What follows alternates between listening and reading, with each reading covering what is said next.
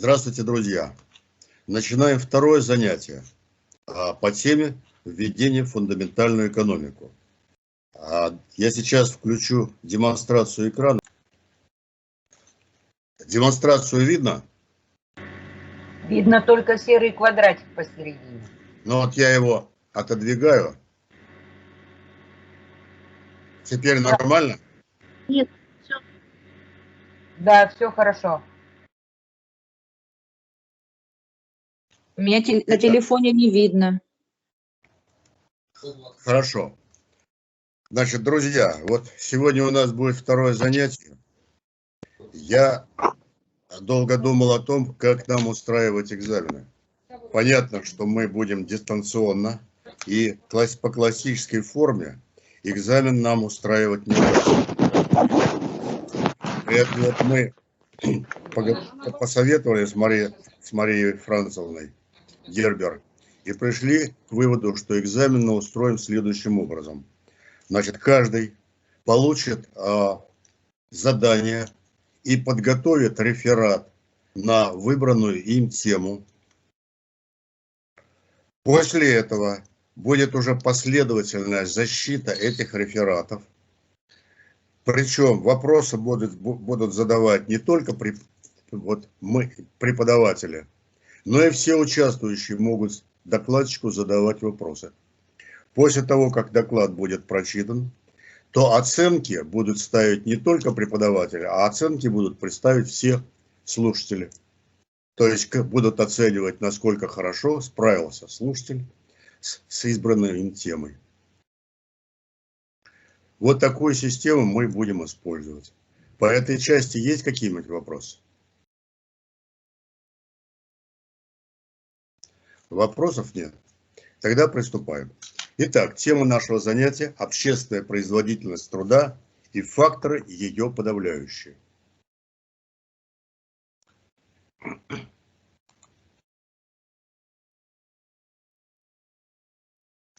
При этом мы будем рассматривать следующие основные разделы. Общественная производительность труда, ее описание и анализ, деструктивные качества экономики, несогласованность действий хозяйственных структур, незаинтересованность хозяйственных объектов в реальных, не в денежных результатах собственной деятельности, эксплуатация, хищническое потребление природных и человеческих ресурсов, частная собственность на средства производства и другие факторы, о которых мы сейчас будем последовательно говорить с вами. Итак, на предыдущем занятии мы с вами пришли к следующему выводу, что одна из причин того, что вот творится у нас сейчас в стране, это выбор модели доходной экономики. Не экономики для людей, как было в Советском Союзе, а именно экономики, предназначенной только для получения дохода прибыли. В результате, если мы посмотрим, как формируется, как называется данная экономика, как она трактуется, я приведу 3 цитаты. Экономика учит, как формируется, распределяется и потребляется богатство. Это классик. Жюльен Сей. Это другое определение. Экономика – это наука о том, как стать богатым. Экономикс – это главный учебник, по которому сейчас учат наших экономистов. То есть это наука о том, как стать богатым. Третье, другое определение. Экономика в основном заинтересована исследованием способов определения цен в деньгах на товары и услуги, обмениваемые на рынке. Людвиг фон Мизис. Если возьмем трактовку экономики для людей, то звучит она следующим образом. Это наука, изучающая механизмы повышения результативности общечеловеческого труда, способствующая лучшему жизнеобеспечению граждан. Разницу чувствуете, да?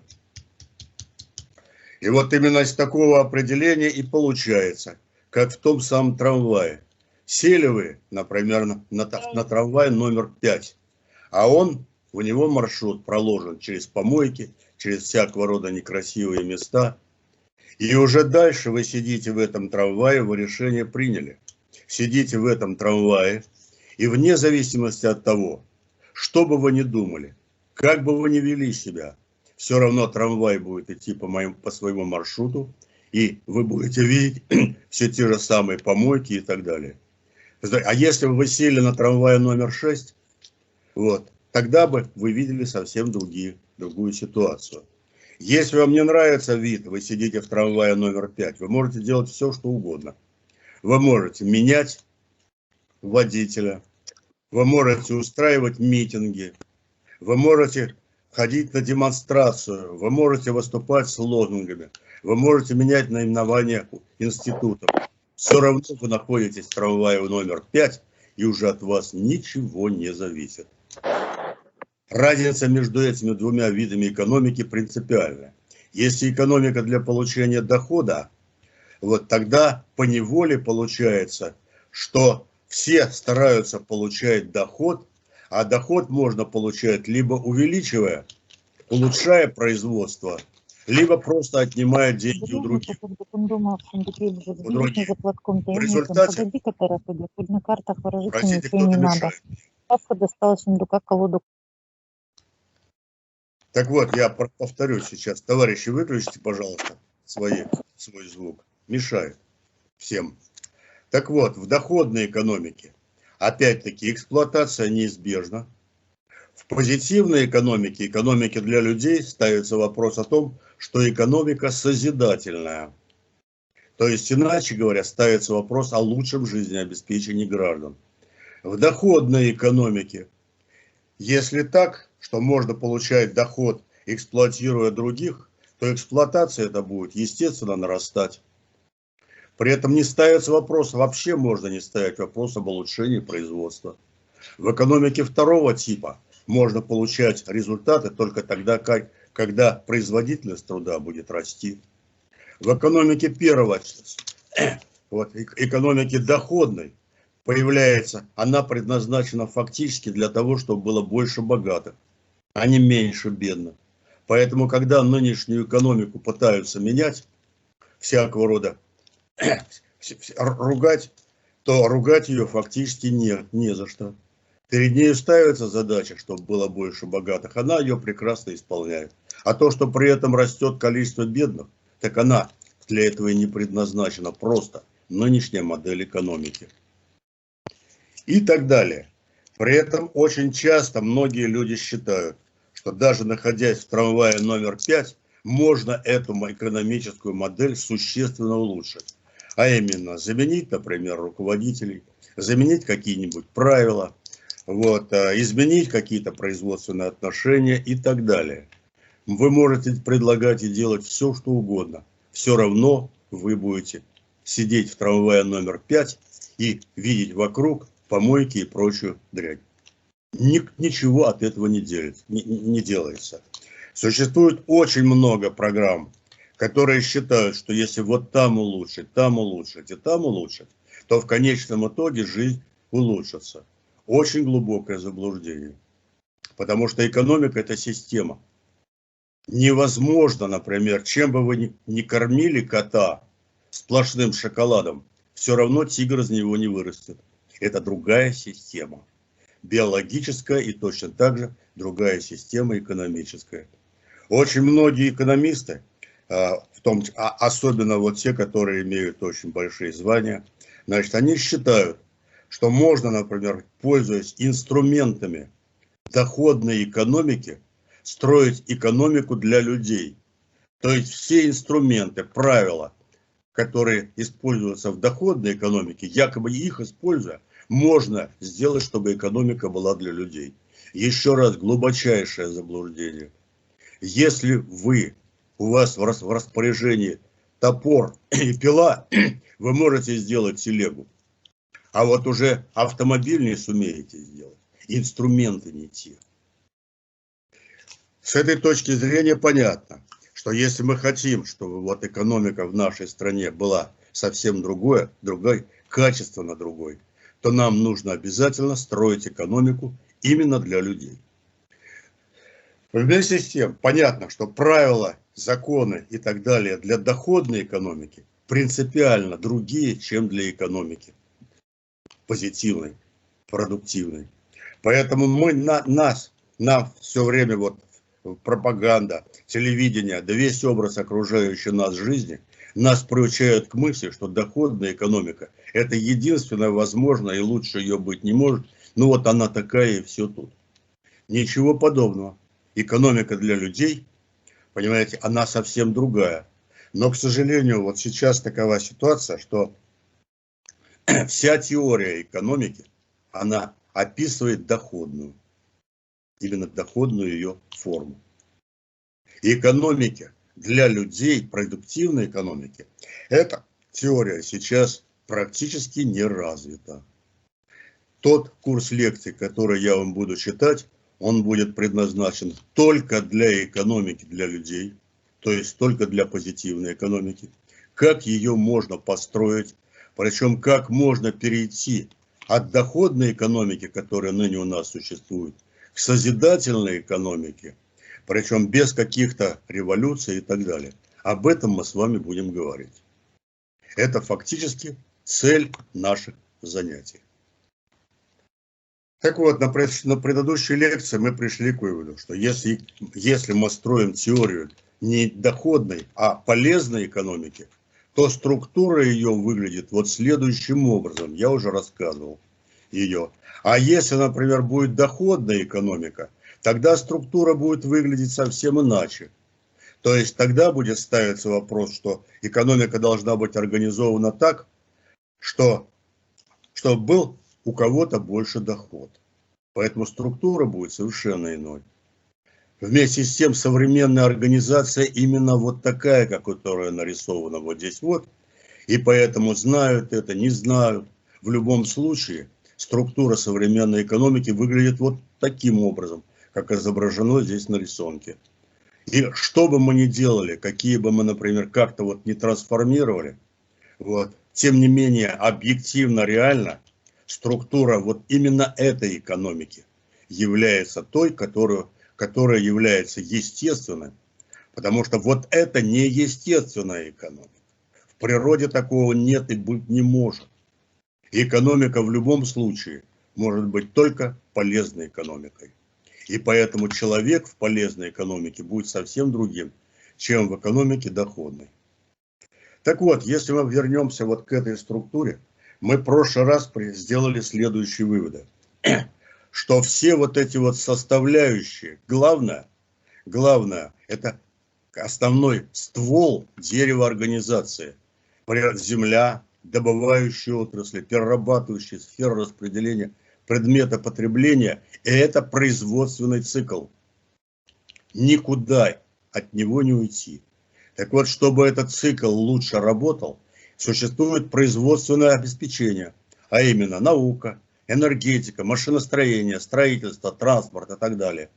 И человеческое обеспечение, воспроизводство людей, воспитание, просвещение, культура, образование, здравоохранение, физкультура и так далее. Причем каждый из вот этих вспомогательных факторов, любой из этих факторов сам по себе не играет никакой роли в отрыве от всех других. Вот только тогда, когда вот эта вот вся конструкция работает совместно, только тогда, когда вот эта вся конструкция, она направлена на одно и то же, когда у них получается не конкуренция между друг с другом, как сейчас происходит, а именно взаимодействие, взаимопомощь, вот тогда только при этих условиях может быть сформирована гармоничная экономика. С другой стороны, очевидно, что если мы хотим говорить о том, что хорошо и что плохо, нам нужно обязательно иметь критерии, чтобы мы могли оценить. Да, вот взяли, посмотрели, этот критерий здесь лучше, этот хуже, поэтому лучше будем выбирать, вот пользуясь этим критерием, лучший путь, а не плохой. Если у вас нет такого критерия, тогда у вас будет в голове полная каша, что хорошо, что плохо, вы знать не будете. Что полезно, что не полезно, вы тоже знать не будете. И будете, по сути дела, как слепые котята искать какой-то выход из неизвестного лабиринта. Так вот, понятно, что для того, чтобы вот эта вся система работала совместно, вместе, нужно обязательно иметь единый критерий оценки деятельности. Нельзя, например, считать, что вот чем больше, например, финансисты получают доход, что якобы тем лучше всем. Либо, например, мы можем сделать упор на машиностроение, и в результате, получается, все остальные, если будут страдать, то будет страдать все. Поэтому только интегральный показатель работы всего вот этого комплекса может нам дать критерий того, что хорошо, что плохо, что делать, а что делать не надо. Вот это вот очень важный момент. Я здесь еще раз обращаю внимание, при нынешней модели экономики ее, как таковую, улучшать бесполезно. Можно что-то чуть-чуть улучшить, ухудшить, но в конечном итоге надо просто пересаживаться на другой трамвай. И вот мы, энтузиасты, которые решили построить, вернуться к обновленному Советскому Союзу, именно этим мы занимаемся. Именно поэтому как раз в наших лекциях мы будем говорить о том, как это можно сделать быстро и без особых потерь. Так вот, интегральным показателем всей вот этой вот системы является общественная производительность труда. Что это такое? Общественная производительность труда, она показывает, насколько эффективен труд всего общества в целом и каждого человека в отдельности. Ну, вопрос, а современные, например, макропараметры экономики, которые используют, например, ВВП, внутренний валовый продукт, ВНП, внутренний национальный продукт, национальный доход, который сейчас используется при экономических обзорах, вот, могут ли они служить показателем деятельности всего вот этого комплекса? В очень малой степени. Причина следующая. Они завязаны на деньги, на доход. Поэтому именно достижение финансового сектора заложено в основу всех других показателей. Представляете? То есть польза для людей здесь отсутствует в этих критериях. Человека здесь как бы и нет. Так, например, ВВП – это обобщенный показатель производства товаров и услуг, которые включают в себя следующие факторы: заработную плату, доходы и рентные платежи, прибыли и амортизационные отчисления. То есть он зависит и от того, что создает реальные ценности, и от того, что извлекает за счет таковых, созидающих таковые, процент, собственность, рента.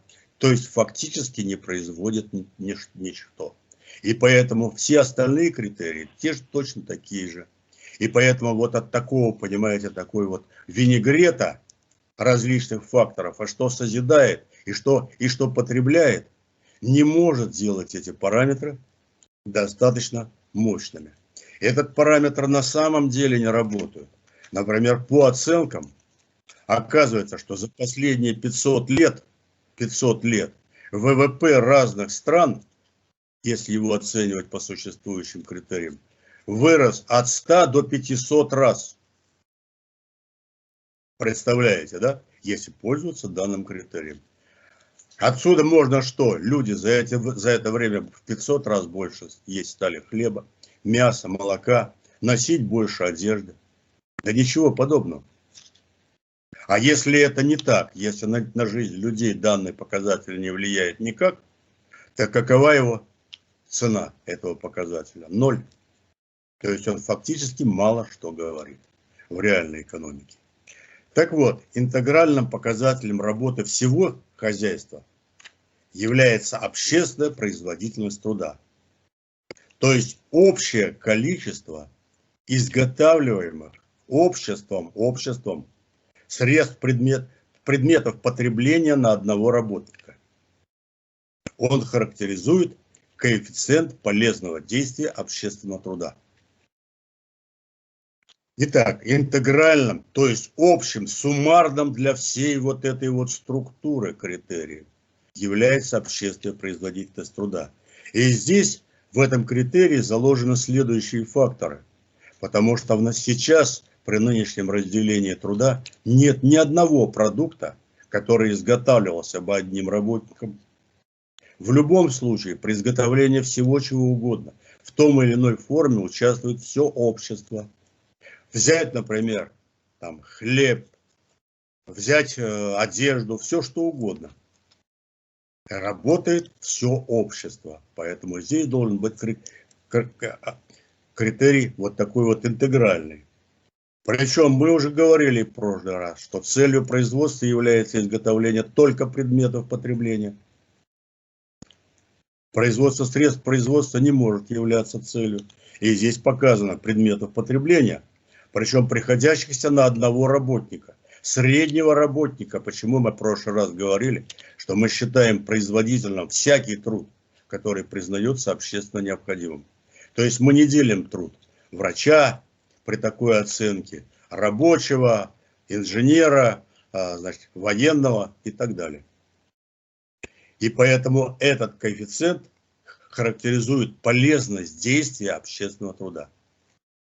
При этом все другие продукты труда, машины, оборудование, сырье и полуфабрикаты, ресурсы, научные исследования, финансы оказываются промежуточными и нужны лишь постольку, поскольку они способствуют увеличению количества и качества труда. Вот это вот очень важно, друзья. Еще раз вот придем. То есть можно, например, оценивать различные критерии там, по строительству, как было в Советском Союзе. Мы стали выпускать больше угля, мы стали выпускать больше стали и так далее. Так вот, на самом деле вот эти вот показатели индивидуальные. Либо финансы. Например, получается, вот Владимир Владимирович где-то месяца полтора назад выступал и сказал, у нас активная, хорошо работает финансовый сектор, но, естественно, за счет всех остальных. Поэтому частные критерии оценить общее не способны. Здесь может быть только интегральный общественный показатель. Вот это, друзья, очень важно обращать именно вот на это. С другой стороны, значит, понятно, что если мы начинаем брать количество предметов труда по потреблению, изготавливаемых одним работающим, то фактически численно оценить это невозможно. Потому что нельзя, например, сравнить квадратный метр листового проката и ткани. Невозможно, поэтому этот показатель является не количественным, а качественным. И только пользуясь вот этим вот показателем, можно судить, где хорошо будет, где плохо. Вот это вот очень важно. Это качественный критерий. С другой стороны, если мы более внимательно посмотрим, то на самом деле количественных критериев строгих у нас в нашей жизни не так много. Например, мы говорим тепло-холодно, а мы не говорим тепло на 37 градусов или холодно на минус 3 градуса. Мы говорим тепло-холодно, то есть качественные оценки. Даже в физике такой параметр, как энергия, оценке не поддается. Поэтому если берем, например, потенциальную энергию камня, лежащего на столе, относительно стола эта энергия равняется 0, относительно пола определенную величину, относительно потолка отрицательную величину. И так в конечном итоге вот такой подход является достаточно общим. С другой стороны, нельзя ли каким-то образом этот параметр оценить численно? Можно. Причем близким аналогом к нему, к этому параметру, является жизненный уровень населения. То есть, чем выше общественная производительность, тем лучше живут люди. А отсюда мы можем ценить, например, насколько люди получают среднюю, больше зарплату, лучше обеспечены. Вот этот критерий как раз аналог жизненного уровня населения.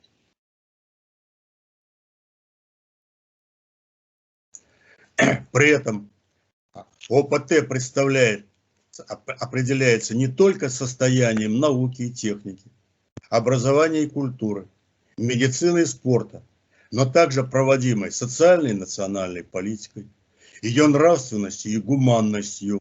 То есть в экономике на самом деле задействована и нравственность, и культура, и гуманность. Экология и демография, все они влияют на этот параметр, он интегральный. Она зависит от работающих в стране форм собственности, от безопасности и дипломатии, от хозяйственных связей и видов используемых денег. То есть этот показатель на самом деле является интегральным. И из этого показателя следует, что всякая экономия общественного труда полезна и наоборот. Поэтому с помощью данного показателя можно оптимизировать работу всевозможных служб, оценивать эффективность административного управления, определять надежность общественного транспорта, регулировать зарплаты различных категорий работающих и прочее. То есть нужно, чтобы вот это вот соотношение, все эти факторы способствовали увеличению общественной производительности труда. При этом она является не только экономическим, но и философским, нравственным показателем. Отсюда, если какой-то вид деятельности не способствует росту ОПТ, его следует уменьшить или ликвидировать вовсе. Если общественная значимость какого труда оказывается низкой, доход от него нужно ограничить. Организация общества должна быть такой. Если зарплаты ученых, рабочих, инженеров, врачей и учителей оказываются сейчас ниже среднего заработка в стране, значит их труд стране не нужен. А если доходы чиновников, бизнесменов, финансистов, торговцев и криминала значительно превосходят средние, значит они в большей степени соответствуют природе существующего государства. Вот представляете, насколько сразу важные выводы мы можем сделать, исходя вот из этого критерия. И мы уже можем, например, так сказать, после этого говорить, если по зарплатам, судя по зарплатам относительно средних, мы уже можем судить, что собой представляет государство, насколько оно справедливо, насколько его организация соответствует увеличению производительности труда. Почему еще важно вот этот общественный параметр производства? Ну вот представим себе общество, единственным предметом потребления которого является хлеб. В этом обществе работают 1000 человек, и оно за год выпускает 1000 тонн хлеба. Пользуясь, значит, сахой, пользуясь косой и так далее. В результате ОПТ равняется 1 тонна в год на человека. Вот согласно данному критерию.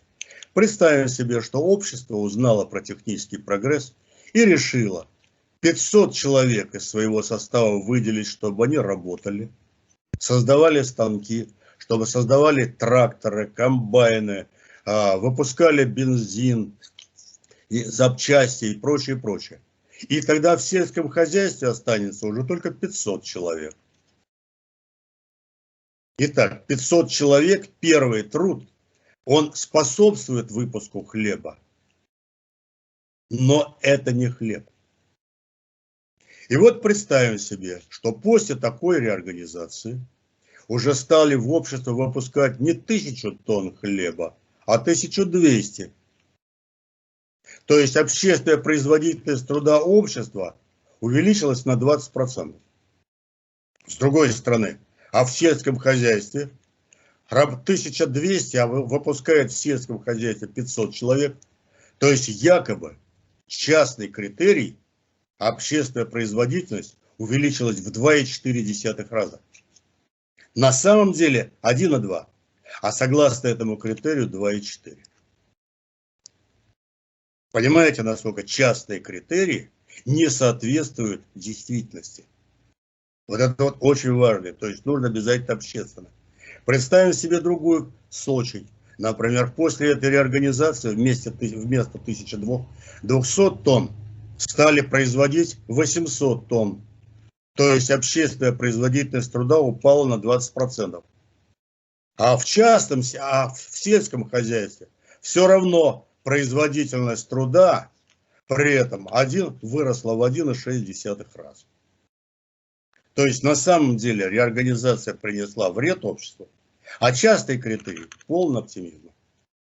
Если бы, с другой стороны, может быть, вот в машиностроении работало не 500 человек, а 400, тогда в сельском хозяйстве 600, тогда уже общественная производительность труда повысится. Очень может быть. Поэтому здесь фактор регулировки очень важный. Вот именно общественный критерий способен вот эту вот регулировку осуществлять. И без него сделать это практически невозможно. С этой точки зрения рассмотрим, почему, какие факторы приводят к тому, что общественная производительность труда в нашем государстве становится все хуже и хуже. Причем не только в нашем, но и во всем мире. Потому что то, что переживаем мы, на самом деле переживают практически все страны, за очень малым исключением. То есть на самом деле вот эти факторы существуют, которые понижают общественную производительность труда. То есть они, вот весь этот комплекс, они делают так, чтобы он работал, что он работает хуже. Значит, один из первых факторов – это несогласованность действия всех вот этих вот структур. Вот эти вот все структуры, они работают каждый по-своему, исходя из собственных планов, не связанных с планами других. У них не согласованы действия.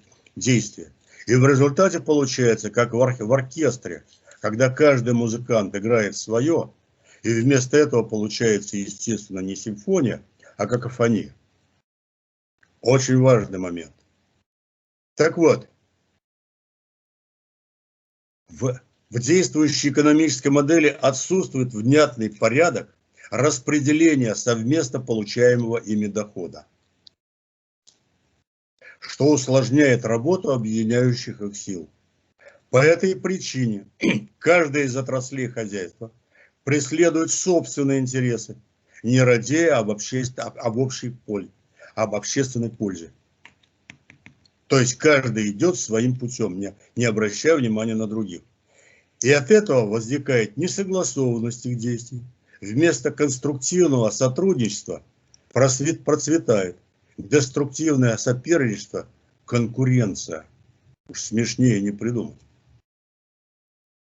А конкуренция между различными отраслями хозяйства невозможна в принципе. Ну, например, какая может быть конкуренция между строительством и, например, здравоохранением? Как они могут конкурировать между собой?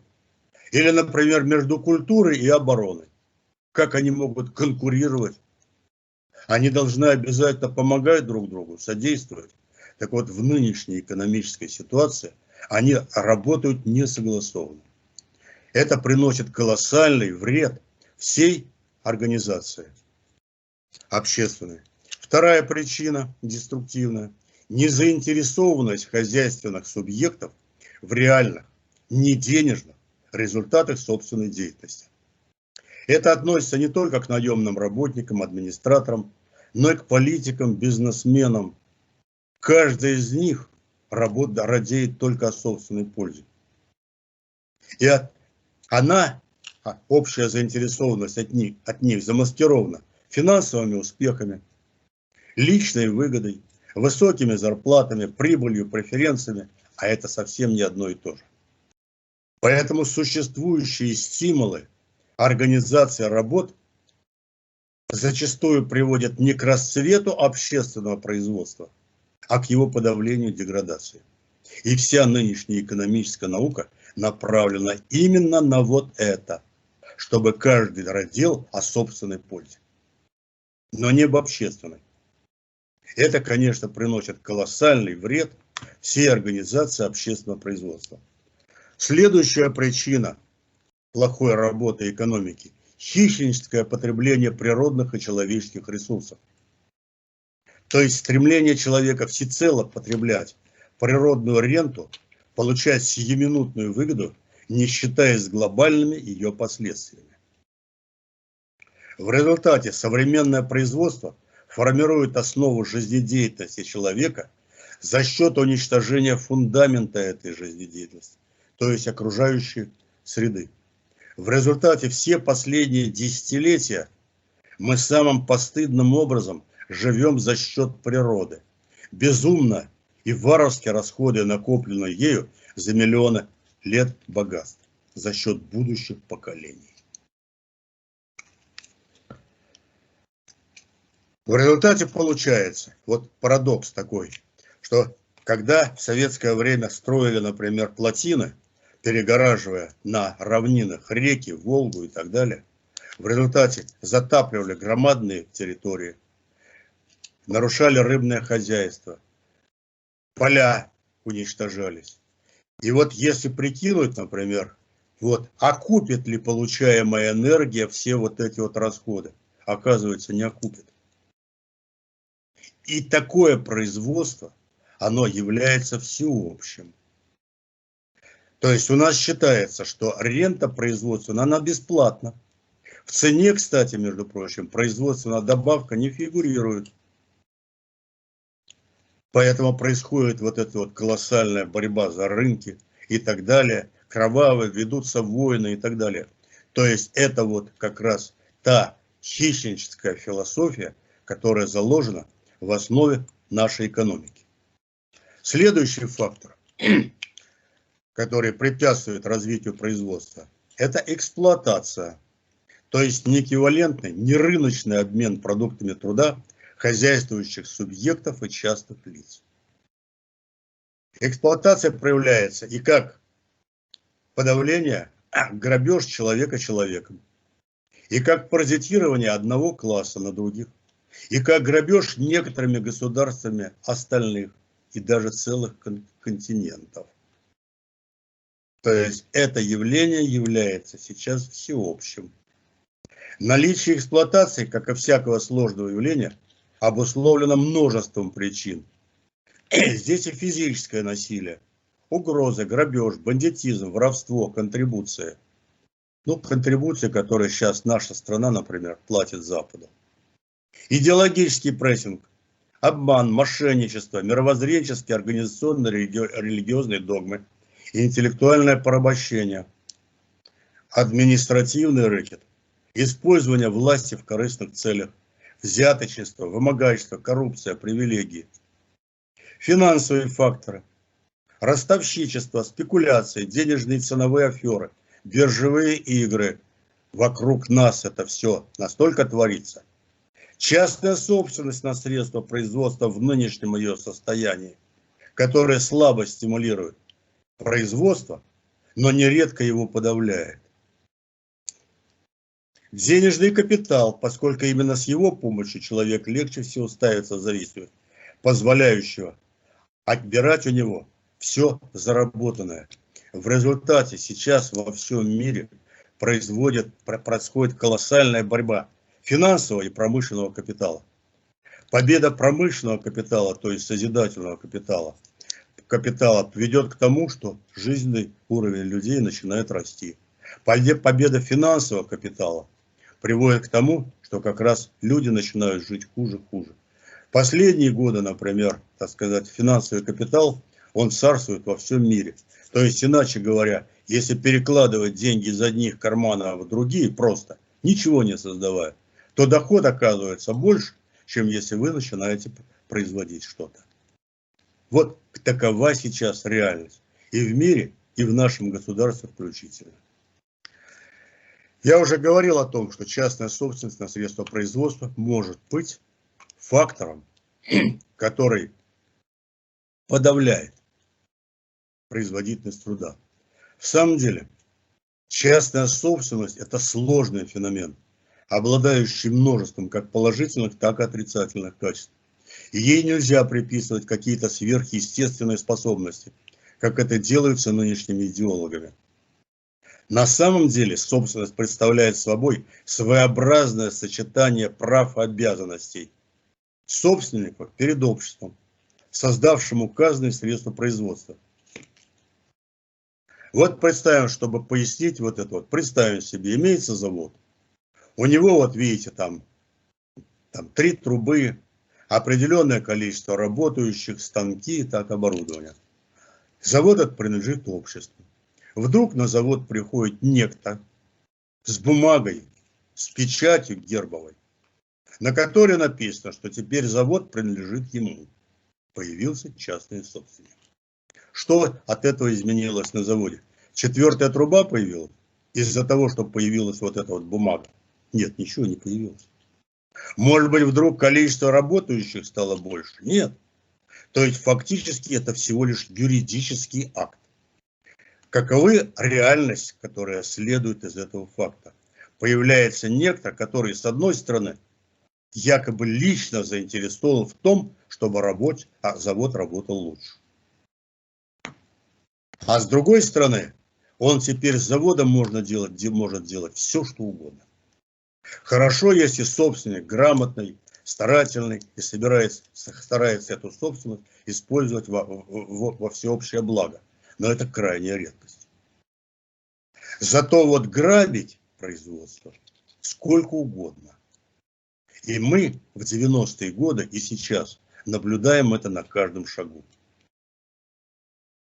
В этой связи существенным является не то, кому принадлежит собственность, а насколько продуктивно с точки зрения общества она работает. В какой степени частные собственники способны использовать производительные силы лучше, чем нанятые менеджеры. Однако при существующей форме частной собственности на средства производства зачастую уже не талант и квалификация управляют ею, а лишь юридическое правовладение. Вот в 90-е годы, в начале, когда у нас началась вот эта вот перестройка, я как-то встретился с одним умным американцем, и он тогда сказал: когда вы вводите у себя в стране частную собственность, вы думаете, что вы подключаетесь к нашему водопроводу, а на самом деле канализация. Все беды Америки вытекают из частной собственности. На самом деле, каждый вид собственности обладает своей нишей, в которой он оказывается лучше других. Частная собственность – это использование ее в частных интересах. Поэтому, естественно, если это мелкий бизнес, то тогда частная собственность может быть полезна. Средний бизнес, он обязательно должен быть коллективным, это лучшая форма собственности. А крупный бизнес, он должен обязательно использоваться во благо общества. Поэтому собственность должна крупно обязательно принадлежать обществу. Вообще парадокс, когда вдруг Росал работает во имя удовлетворения интересов Потанина. Вот представляете, насколько это парадокс? И это так было всегда. Я приведу очень интересную цитату Платона, который проживал 2 с лишним тысячи лет назад. А чуть что заведется у них собственная земля, дома, деньги, так сейчас же из стражей станут они хозяевами и земледельцами, из союзников остальных граждан сделаются враждебными им владыками, ненавидя сами и вызывая к себе ненависть, питая злые умыслы и их опасаясь, будто они все время будут они все время жить в большом страхе перед внутренними врагами, чем внешними. И в таком случае и сами они, и все государство устремится к скорейшей гибели. Вам не кажется, что это портрет нынешнего государства нашего? А это было 2000 с лишним лет назад. Поистине новое – это хорошо забытое старое. В начале 90-х годов, когда у нас активно велась вот эта вот приватизация, я решил проверить математически, действительно собственность приносит пользу обществу или нет. И вот на этом графике приведен индекс физического объема с 92 года по 97 год. Физический объем ВВП дошел до 30, уменьшился почти на 60%.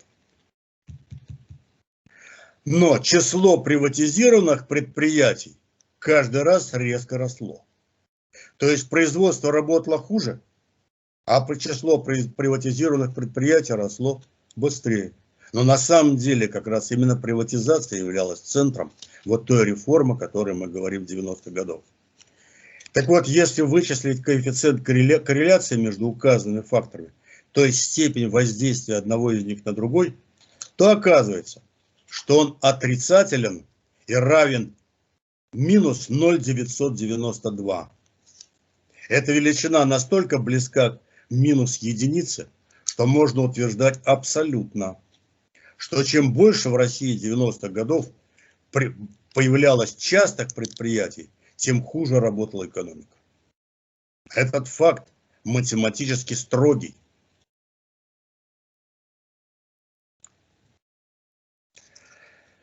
Следующая причина плохой работы экономики – несоответствие формальных лидеров общества и истинных носителей знаний, умений и нравственности. Неизвестно сейчас, какими качествами обладают люди, которые нами управляют. Но еще в прежние времена был такой великолепный значит, поэт Ла Фонтен, французский, баснописец. И он написал басню о змее, у которой хвост однажды взбунтовался против головы и говорит: не демократично, что ты все время впереди. Давай-ка чередоваться местами. Несправедливо, что вот я все время плетусь сзади, а ты впереди. И когда он занял место впереди, то, естественно, слепой вожак и глухой погубила себя и голову, которая вынуждена была за ним следовать. То есть власть должна даваться не всем, а только тем, которые способны лучше ее использовать. Никому другому давать власть нельзя. Именно вот учитывая данный фактор, мы организовали нашу школу для того, чтобы подготовить тех управленцев, которые будут управлять лучше других, у которых будут знания, с помощью которых именно они мудро начнут управлять государством, а не просто так, что вот они хорошие, красивые, и вот они именно поэтому имеют право управлять государством. Только знания в конечном итоге дают право занимать управляющие должности. В результате сейчас ответственные должности занимаются чиновниками, принимаемые их решения зачастую оказываются непрофессиональными и даже аморальными. Когда я посмотрел доходы нашей власти нынешней, я не нашел ни одного чиновника, ежемесячный доход которого был бы меньше 1,5–2 миллионов. То есть там сплошные миллионеры. И что они понимают в нашей жизни? И как они получают эти миллионы? Представляете? То есть что они вообще, говоря, знают, принимают решения? Они могут адекватное решение принимать? Нет, потому что они живут совсем в другом мире, параллельном нашему миру. И в результате происходит, что если пироги начинает печь сапожник, а сапоги точать пирожник, то ничего хорошего от этого не происходит. Тогда властные и материальные полномочия передаются исходя не из требований общественной пользы, а по протекции, знакомству, родственным связям, личной выгоде, клановым интересам. И это наносит колоссальный ущерб обществу. Именно вот эти факторы в конечном итоге приводят к тому, что мы живем хуже. Это факторы. Седьмая причина – ростовщичество. Оно, не создавая ничего полезного, угнетает реальную экономику, заставляет производителей содержать владельцев денежных знаков, изымает средства из производства. Его источником является постоянный денежный дефицит, присутствующий сейчас. Но в самом деле, если бы не было дефицита, кто бы брал деньги за процент? В прежние времена, когда деньги имели реально золотое обеспечение, для обслуживания всех товарных потоков, имеющихся в наличии драгметаллов, физически не хватало. Однако после отмены этого обеспечения указанный дефицит создается искусственно. То, что у нас денег на все не хватает, это создано искусственно. И только для того, чтобы деньги могли делать деньги. На самом деле деньги не могут делать деньги. Я однажды сделал опыт. Взял кошелек с деньгами, оставил его на год. Вот вы не поверите, но за этот год никакое количество денег внутри кошелька не изменилось. То есть деньги не делают деньги. Деньги может делать только труд. Данный феномен оказал громадное влияние на всю жизнь человечества. Так, если бы некто в момент рождения Христа дал в долг 1 грамм золота под 3% годовых, тогда к нашему времени он бы уже претендовал на величину в 10 раз больше веса всего земного шара. Представляете, да? То есть, а реально этот процент и объем фигурирующих на рынке кредитных денег значительно больше. Поэтому очевидно, что воздействие данного фактора на всю жизнь человечества трудно переоценить. Он явился источником протестов о их подавлении, всевозможных войн и преступлений, мировых и человеческих бед, борьбы и жестокости. И нет преступлений, которые не совершались бы во имя него. Посвященные святые, основоположники всех мировых религий, Моисей, Христос, Магомед, Лютер, Ганди, Конфуций и другие, призывали бороться с хозяйственным и социальным злом, вызываемым взиманием процентов.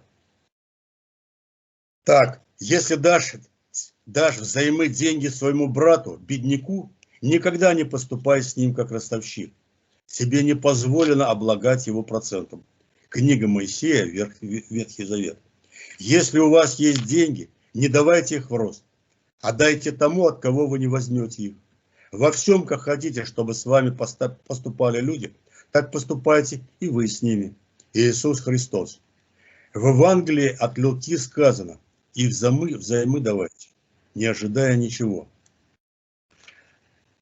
Те, которые порождают рост восстанут такими же, как восстанет тот, кого повергнет сатана своим прикосновением. Это за то, что они говорили: ведь торговля тоже что рост, а Аллах разрешил торговлю и запретил рост. Коран. Второй лютеранский собор постановляет: взимателей процентов нельзя хоронить по христианскому обычаю.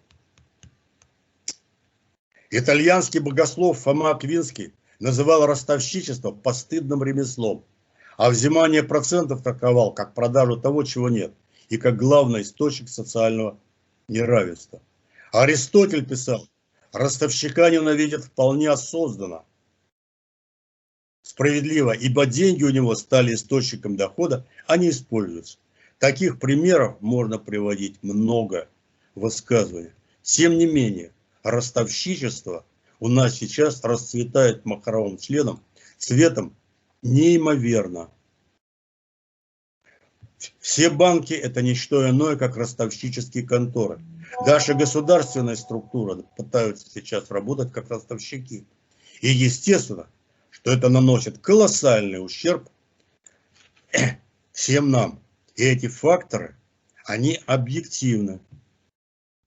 Еще один очень фактор важный, который я хочу отметить, это внешнеэкономическая деятельность.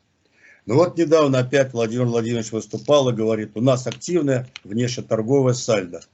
То есть положительное сальдо внешней торговли.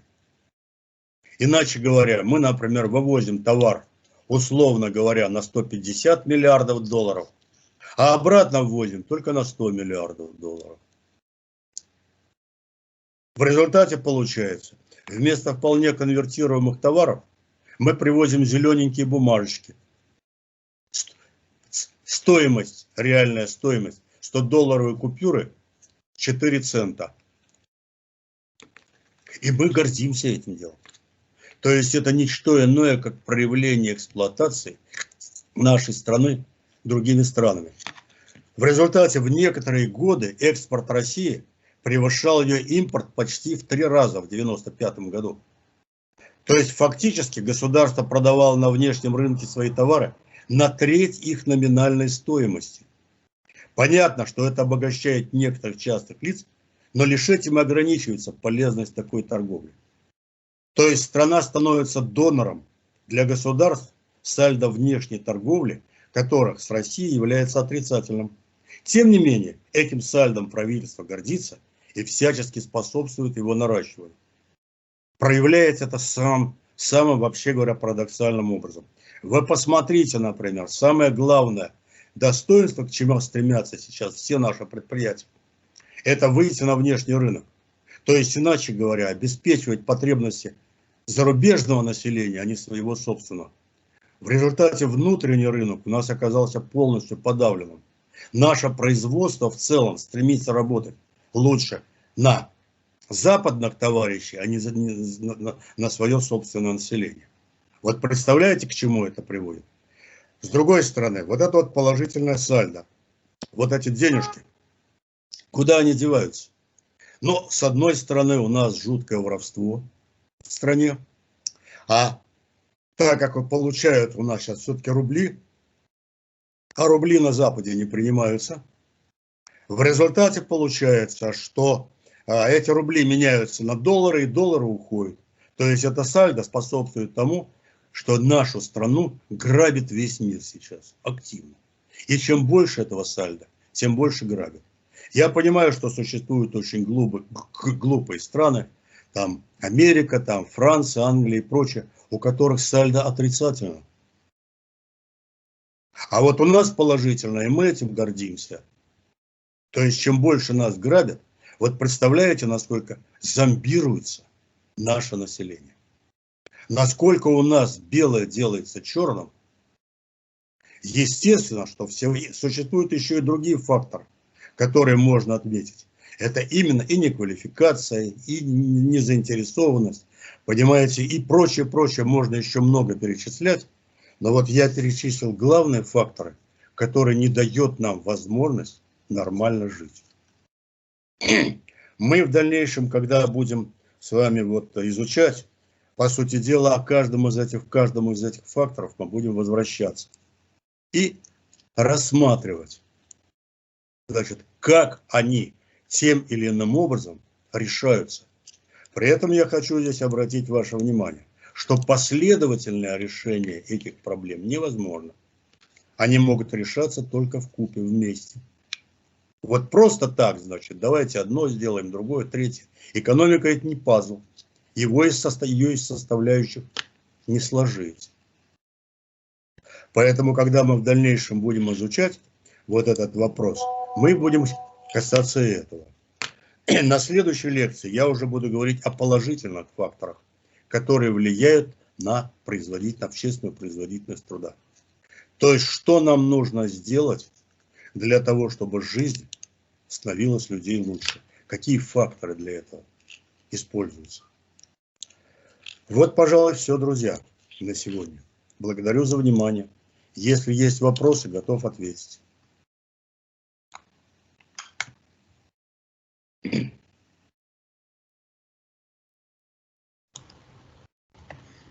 Вопрос, Владимир Емельянович. Да-да. Очень интересно про внешнюю вот экономическую деятельность, особенно вот про это сальдо. Я прямо слушала, что называется, с открытым ртом сидела. Правильно ли я понимаю, что, скорее всего, это делалось сознательно, вот такое уменьшение, да, что сальдо внешней торговли, значит, является отрицательным, и его делали сознательно отрицательным? Положительным. К сожалению, положительным. То есть мы продаем, я говорю сейчас, у нас это сальдо в среднем сейчас от 60 до 80 миллиардов долларов в год. Вот именно на такую величину наша сейчас страна бескорыстно оказывает помощь Западу, который ведет против нас войну. Это вот просто это ужасно. Благодарю. Еще какие вопросы будут? У нас еще есть, друзья, с вами спокойных 10 минут. Владимир Емельянович, у меня есть вопрос. Добрый день. Да-да. Вы говорите о том, что, ну вот привели в качестве примера, что динамика при развитии рынка частной собственности несет значительный ущерб по факту, значит, в производительности самого государства, как я поняла правильно. Значит, получается, частная собственность, вот как в СССР, она не должна дальше развиваться, а более того, она должна сегодня перерасти опять в государственную. Как вы видите вот выход из этой ситуации? Есть уже положение, что частную собственность нужно вообще ликвидировать. Правильно ли это будет? Нет, это будет неправильно. И с этой точки зрения возьмем, например, сталинскую экономику. В ней частная собственность существовала. То есть каждый крестьянин, например, личное подсобное хозяйство имел. Кроме того, существовала коллективная собственность, а именно существовали артели, которые очень активно работали, которые обеспечивали до 40-50% всех предметов потребления бытовых. Ну, я об этом читал как-то лекцию, насколько я помню. Вот, может быть, не здесь, в другом месте, но я подробно об этом рассказывал. А на школе я что-то говорил на эту тему. Как раз приводил цифры. Вот. Поэтому здесь, получается, к собственности надо относиться иначе. Возьмем, например, вот сейчас мелкая собственность. Если сравнить, например, с советскими магазинами, то сейчас количество товаров значительно больше. Приходишь в магазины, изобилия, которое в советского времени не было. Качество этих товаров значительно ниже, но тем не менее изобилие. Что это дало? Частная собственность. Но крупная или какая? Нет, не крупная. Малые предприятия и средние. Вот они обеспечивали. Поэтому используют, например, людей, чтобы люди проявляли инициативу, чтобы они вот в этом отношении, некоторые индивидуалы могут работать очень хорошо, он один может работать прекрасно. Что же, зачем же мы будем выступать, резать курицу, которая несет золотые яйца только из-за каких-то идеологических соображений? Я еще раз повторяю, критерий простой. Крупная собственность должна принадлежать обязательно государству, обществу. Средняя оптимально, чтобы она принадлежала коллективу. А мелкая должна быть частной. Собственно говоря, в СССР так и было. И закон был как раз-таки, он распределял вот эту ответственность, крупные оставлял предприятия в собственности государства, а ремесленнические или те производства, которые могли восполнять и предоставлять разнообразие на рынок, они могли находиться в частных руках. То есть, в основном это только в сталинское время было. Хрущев очень активно начал работать. Он, по сути дела, к нулю почти свел личные подворья колхозников. Значит, он ликвидировал фактически все артели. И так до конца после этого Советский Союз, то, что вот не доставало обычных предметов потребления, вот как раз этим мы были. Как раз Хрущев таким образом. Экономисты считают, что то, что ликвидирована была вот как раз коллективная частная собственность Хрущевым, это главная причина, которая привела к гибели СССР. Потому что привела к колоссальному недостатку товаров. Планировать можно только крупные вещи, а мелкие вещи, сколько тех и других сапог выпускать, для этого госплан в принципе не может справляться с этой задачей, да и не нужно. Просто здесь нужно жизненно, вы знаете, очень многообразно. И каждый фактор, он обладает и положительным, и отрицательным качеством. Нужно просто знать, где удобнее его использовать, где нельзя. Это самое главное. Поэтому вот эти вот идеологические шаблоны, понимаете, они, как правило, являются неработающими. Или работающими очень плохо.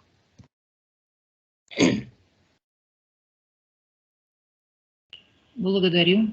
Какие еще вопросы есть, друзья? Владимир Емельянович, можно? Конечно. Слепко Елена Николаевна. Но я хотела немного даже как бы проиллюстрировать про внешнеэкономическую деятельность. У меня дочка занимается продажей морепродуктов, ей присылают с Хабаровска. И очень ее возмутил тот фактор, когда она узнала, что, допустим, у нас крабы считаются большим деликатесом, так как они для нас недешевые. А в основном сейчас вот рыбная промышленность Дальнего Востока работает именно на страны Азии. И для них вот это вот крабы, допустим, они являются фастфудом, то есть как бы уличной едой для перекуса. То есть это вот прям наглядно показывает о том, как вот у нас сейчас построена наша экономика. Спасибо. Да. Совершенно правильно, я согласен с вами. Но я еще раз хочу вас, друзья, предостеречь.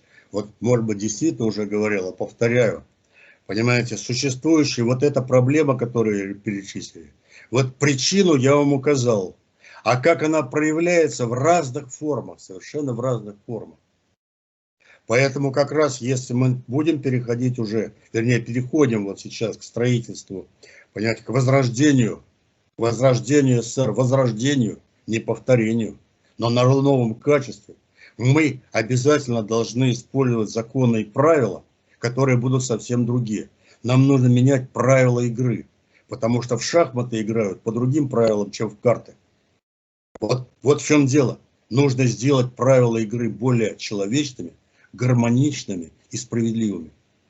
Вот это основная задача той экономики, которую мы будем с вами строить. И теорию этой экономики, как это делать, вот в своих лекциях я вам буду рассказывать последовательно.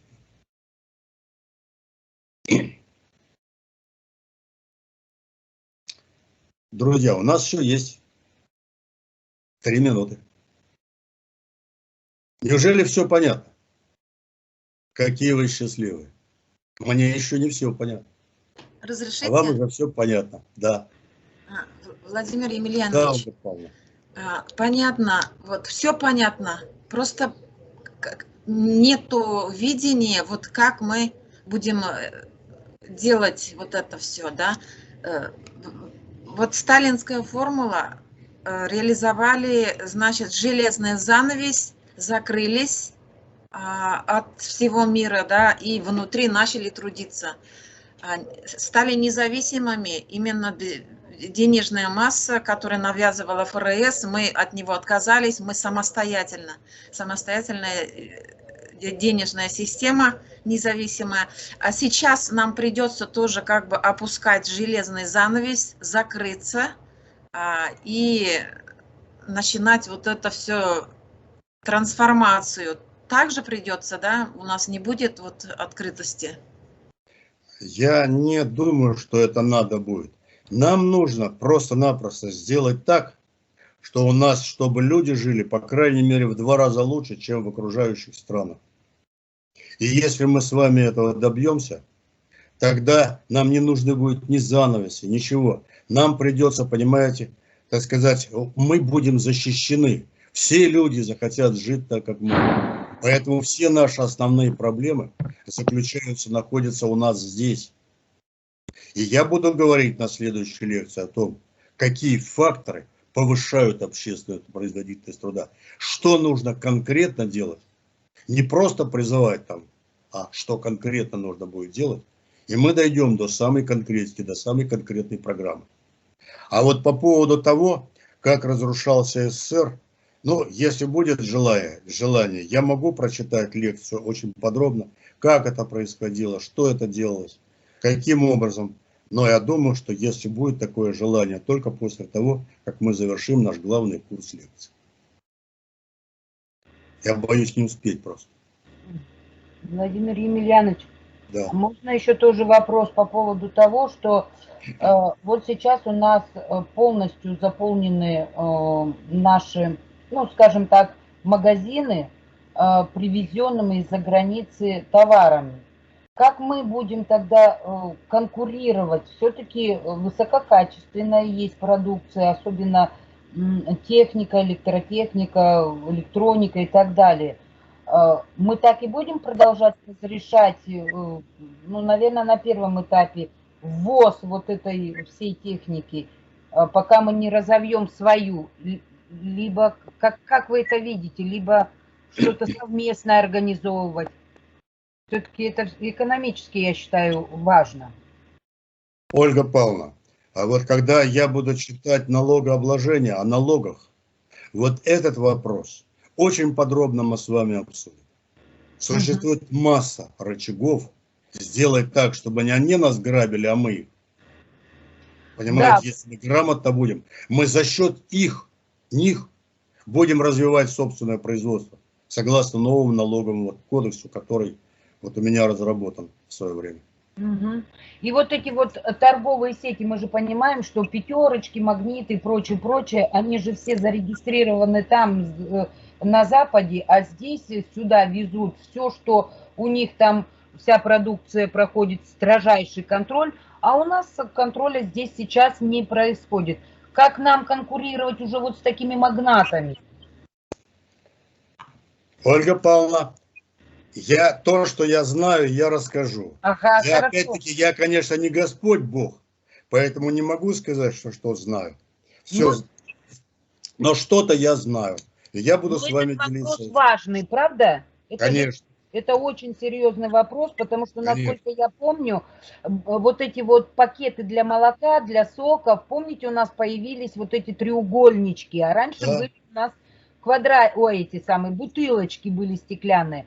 Я читала в интернете историю появления этих тетрапаков, так они назывались тогда, что очень долгое время западная компания, производящая эти пакеты, билась на наш рынок.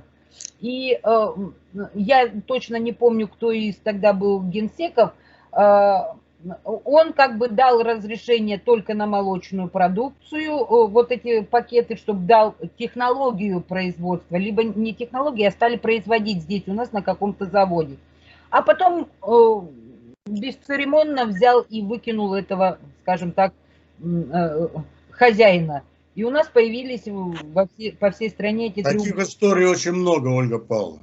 Если мы их сейчас долго будем перечислять, я сейчас говорю о явлении, а не о фактах. Потому что факты – это проявление, не что иное, как явление какого-то. Вот об этих явлениях крупных мы сейчас идем с вами очень крупными мазками. А как, вот еще маленький такой вопрос, я думаю, что ненадолго. Вот в Китае у них разрешена тоже частная собственность и государственная собственность. И по частной собственности в основном работают крупные, довольно-таки крупные, по нашим меркам средние предприятия. И Китай очень серьезно привлекает вот эти технологии и производство. Ольга Павловна, у меня будет специальная лекция на эту тему. Ага.